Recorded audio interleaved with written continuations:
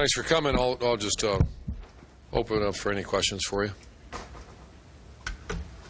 Go ahead. Front row, Bill. Urban, you vote in the coaching poll. Can you share where you have Ohio State and what your top 5 is and why? I have Ohio State in the top 5. I believe we have Alabama, Ohio State, Florida State. I'm trying to think right now. You caught me off supervised. So it's who was that? Stanford or Baylor. I can't really remember which one. Yeah. What's your rationale? I had us 2 all year. And I just think we're playing like a top team, one of the top teams in the country right now. Is it uncomfortable to kind of be in a situation of your vote has an influence of where you could end up? Is it uncomfortable? Yeah. No, I just, at times I don't get to watch everybody. So it sometimes puts you in a hard position. This last week I did get to watch everybody. There's some very good teams in the country, and I believe we're a very good team. Tim. Yeah, Urban, can you explain this new signing deal that you're allowed to sign a guy to it's not a letter of intent. Sorry about that. That's okay. I'm sorry. You want me to start a little? Yes. I got the same color. It's not a letter of intent, but I'll take that drink. Apologize, Tim. All right, go ahead. That's okay, man. It's not a letter of intent, but you can deal with the kid on a full-time basis, and yet it's not binding for him. What do y'all get out of that more than anything else? I mean, that is a bizarre rule that came out of right field, and that means that a mid-semester, a mid-year guy, you're allowed to go meet with them. You're allowed to announce it publicly, and I don't know the rationale. I mean, I don't remember voting on this. I don't remember any conversation, and we might have, and I'm not sure the rationale. Yeah, but yes, I'm gonna say the benefit is only that you can be with. Oh no, there's a huge benefit. You're allowed to text them. You're allowed to talk to them. You're allowed to. I mean, I saw the list. I was like, "Are you sure?" I mean, I argued with our compliance guy. I said, "There's no way they're allowed to do that." And then, sure enough, we are. So you're allowed to go meet with them. Unlimited contacts. Think about that. Yeah. So you have unlimited. So there is a ridiculous benefit. But the way I understand it too is that they can still go somewhere else if it's in a different conference. But I don't know. Another quick follow. Braxton. We talked to you about him a little bit last week. The last time he went to Illinois, threw the ball one time, or completed one pass to Jake Stoneburner. How much farther along is he in that regard? But do you always when you go into Illinois, you almost have to have 2 game plans based on you don't know what the wind's going to be like that day? It's been a while since I've been there. I think that's many times you play in this part of the country that you have to be prepared for that. I can assure you that we're in a much different place than he was 2 years ago, and I can see that. I mean, Braxton would be the first one to tell you. Braxton, at this point last year, we weren't real fired up at times throwing the ball. If you remember against Wisconsin, that was. But it's a whole different. We're in a completely different mindset. I have complete confidence in both our quarterbacks and our guys behind them. And the guys catching the passes. So it's apples and oranges, completely different scenario. Third row middle, David.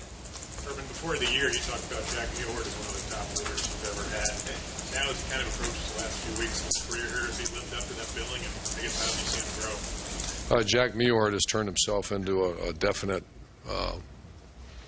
high-level pro prospect. He's one of the best leaders I've been around. He's a tough guy that I like to think that people would say that Ohio State's a tough program, and he's kind of the benchmark. Our strength coach has great respect for him for the way he handles his business all the way around, and he certainly lived up to his expectation level, maybe a little bit more, which is expectation level is very high. Front row right, Austin. Urban, it seemed like Curtis Grant and Joshua Perry both had maybe minor issues leading the Purdue game. Is everything okay with both of those guys? Josh Perry had surgery on a dislocated finger. He practiced full speed today, practiced all last week too, so he's fine. He's just in a little bit of a splint right now. What was the other name? Curtis Grant did not practice today. We expect him back tomorrow. And his was ankle sprain and low back. But he should be ready to go by tomorrow. During preseason and even throughout this year, you pointed the linebackers as the group that's maybe had the furthest to go to get to that Ohio standard. Is it because of the depth behind these guys, or are the starters giving you about what you would want? Ryan Shazier is starting to play at a very high level, which we expected. Early in the season, he was not. He's playing at a pretty good level right now. It's just the depth, and I like the fact Curtis Grant has played pretty good. Still not Ohio State standard because he's been banged up a little bit in his first year playing, but he's been very adequate at that position. We need more, though, and he's going to give us more. And Josh Perry has been developed recently. He started the season is nowhere near what we expect from Ohio State linebacker, but his last few weeks of practice and certainly in the games has played very well. The depth is a major concern. We're nowhere near where we need to be as far as the expectation level of the linebacker play here. When you think of the great linebackers that have arguably the last decade as good a linebackers ever in the country have played at Ohio State, and we need to get back to that. Front row left, Rusty. Urban, what were your impressions of the games that you saw? What did you think of Alabama and LSU? And particularly, did you get a chance to see Michigan-Nebraska game? I did watch a lot of football. Like I said, I think there's some very good teams out there, and I really enjoyed watching the Oregon-Stanford game. Two very good teams. I saw Alabama, LSU, excellent teams. I thought I watched some of the Baylor, Oklahoma. So I watched a lot of, as much as I could get my hands on football. And like I said, just what's our impression? My impression is, like I said, that Alabama, LSU, that was high-level football, and so was Oregon, Stanford. And so just got a lot of respect for those teams. Real quick follow-up also, how difficult is it this week to get players to concentrate on an 0-5 team that's only No issue whatsoever. This is a very invested team, and I'm watching that. I'm just telling you, as of Monday, no issue whatsoever. I mean, there'll be a bomb go off if I start to see that, or we all start to see that, because that means they're not. This is a very invested team. Invested teams don't. This is all about. Tomorrow we're going to really get after it. So. Back row left, Kevin. Coach, I want to touch upon the mid-year signings as well that Tim brought up. You said you're allowed to acknowledge these players. Are you allowed to speak on them as if they're signees on Curtis Samuel, Marcellus Jones? And if so, can you speak on them a little bit? And then do you see? I don't want to screw that up. I'm going to pass on that because it has nothing to do with us winning this next game. And I might make I made stupid errors before, so I think that's what the rule says. Do you see this maybe as a concession to the people that have been really pushing for a second signing period in Huntsville? No, I don't know. To be honest with you, I have no idea who comes up with it. I have no idea. Front row, Lori. Coach, kind of jumping off Tim's question, I know you spend enough time scouting the upcoming opponent, but how much time in advance work do you spend on the game conditions? Do you have the A lot. studies? Absolutely. It's going to be 50 degrees, and we already know the forecast on I get it every day, exactly what we're expecting weather-wise for that game. So, that's a big part of it, every week. What do you know about Illinois? I coached at Illinois State for 2 years, visited Champaign many times. When I was a graduate assistant here, we played there one time. Big time stadium, I remember that, but it's been a while. So, we got to be prepared for getting Illinois' best shot. They've played some pretty good football as of late. Certainly offensively, the quarterback's leading the league in throwing. They took Penn State to overtime, and then they put out a lot of points. I think 600 yards on this last game. So. A very good punt returner. So I know a lot about Illinois. Second row middle, Dave. You talked about wanting an angry team, Coach. Do you feel like you have an angry team? Is it easy to have an angry team right now when you have people saying you'd be on the outside looking in, despite the fact that you guys are undefeated? And just what's kind of the mindset of the team right now? I think so. I think that's we use that a little bit, and we also I like the term right now, invested. I couldn't say that last year because I don't know. This is a very invested team, so. I know those are two little different words, but very similar. Basically you're locked in as a team and you're focused on the next task, and that's what this team is right now. Frustrating at all, or you don't even let yourself even? No, we've had, and I just told those guys I've been in this situation before, and just you have nothing to do with nothing other than get ready to go play, because there's so much football to be played. Front row left, Doug. Urban, just real quick, the one pass completion game 2 years ago, did you watch that game? I don't know, at the time, or have you seen any film of it since? Or what do you think of the idea of the team winning the game?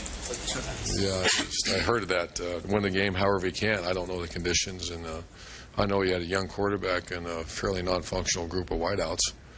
So I would imagine you're going to do what we did, run the quarterback a lot. Do what you got to do to walk out of there with a win. When you think of it, last year you guys were undefeated. Right now you're undefeated. How do you compare your team right now to the team last year? Are you a better team? We're a better team. We're a better functioning team. I don't want to ever disrespect our seniors because they were such an incredible group of players and really good players too. So we're just more functional, certainly in offense. On defense, we're not quite. I'm not sure we're quite as good. You remember this time last year is when we hit the accelerator and we played excellent defense. We are playing. I understand we're top 10 in the country in defense and rushing defense, total defense, and scoring defense. That's pretty good with replacing 9 starters. So we are getting a little better on defense. Comparing the teams last year, I think that's interesting conversation, but we're just more functional, certainly on offense. We're much better on offense than we were a year ago. Defensively, so I'm not sure. And special teams were much better this year. You're not making mistakes on special teams. No. If you look at our punt teams had the same players on it every week. And last year was like, we didn't know the guys, and the guys were getting hurt, and guys weren't good enough, and we're just performing much higher level. And you talked about that leadership last year a lot. I know that was certainly coming into this year. How has that part of it worked out, knowing that it was so good last year? How does that compare? Well, I mean, that's a great question. That's something I continue to evaluate. And I think we had an outside company join us. Tim Kite's crew came in and taught the leadership workshop. A lot of time spent on it through spring, summer, and then we actually did it during training camp. So I'd grade it a very plus right now. There's some purpose-driven players that are leaders, and that's what you want on a team, and I see it. Back row left, Matt. At this stage of the year, with BCS standings and playing for a Big Ten title, is there any more emphasis on how you win games and quote unquote style points, or is it still just win the football game? It's win the game, but it's the message is you have to play great. We do. I mean, you're held at really high to be even mentioned with those other teams. That's be careful what you wish for. That means you have to practice and play at a certain level, and so that's all I mentioned to our team. I mean, we practiced at a very, very high level today, and I expect them to play. We all expect them to play. They expect to play at a very high level because you're in the same breath with some very, very good teams, and to maintain that status, you have to play very well, very well. Last 2 questions. Far right, Clay. Illinois' talent level has been pretty good over the last 15 years. What's their breakdown? They're on an 0-19 Big Ten streak. Yeah, I think offensively, it's certainly not on offense right now. I think defensively, they're still trying. They're going through. They're going through some growing pains, I guess would be the appropriate. Just what I see on film. What I see on offense is an explosive offense. 600 yards and then leading passer in the Big Ten Conference right now. So in special teams are pretty good. So I think right now they're just trying to find their way a little bit on defense. Throw on one more here. Pat Shunn said he met with you last week just to talk about a profile for his head coach. Did his profile match any guys you have on your staff? Oh, sure. Did you ever get specific about? We did. We talked about names, and I have Pat's a great friend. I have a lot of respect for Pat, and there's nothing more I like to see Pat Shunn be successful. He's also very respectful of this time of year for us, so we certainly want. I think the number one thing is he wanted. We talked about a profile because that's a unique place. And I lived in Florida, and that pocket, that's a very, very unique recruiting place, and so that's mostly what we talked about is. First of all, the profile of a coach, and then someone with that to just go dive into South Florida recruiting. That's not a place you want to dive into unless you've been there before. So he gave you a list. What's that? He gave you a list. We went through some names, sure. And led the season. Yeah. How many? You pull the plug on him? Just take it out of the socket. Update on him. Yeah, he's good. He practiced today. We kept him on a full contact. Tomorrow's full contact. Should be ready to go. You guys are off last week, and you come back weekend one step closer to where you want to be. Just what was sort of the message to the team and maybe the reaction? Well, the good thing is the message was this, is that we gave them 4 24-hour segments off. And they were a fairly fine-conditioned team when they left. So the panic button is with me is that we really ran them today. And to just go out and run without explaining what we're doing, especially when you have an intelligent team like this, so the whole message was, let's get back to where you were a week ago, Wednesday. And that's really the whole message. And then we talked about the nation, the BCS, the State of the Union that we do every week, and that's it. And then our job is to play. Once again, I mentioned the previous question, is that, do we have to win with style point? No, you have to play great, though, or you'll no longer be in that same breath with those other teams. Coach, thank you. Thank you, guys. What's the log for?